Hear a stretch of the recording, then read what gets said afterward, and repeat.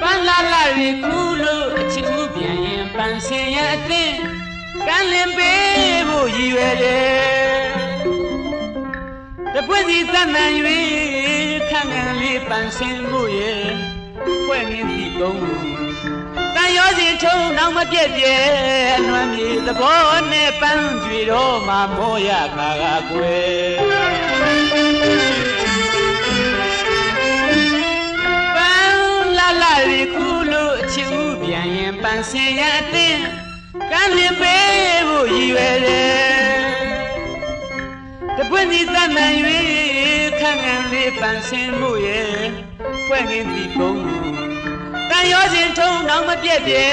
အလွမ်းမြေသဘောနဲ့ပန်းကြွေတော့မှမောရခါကကွယ်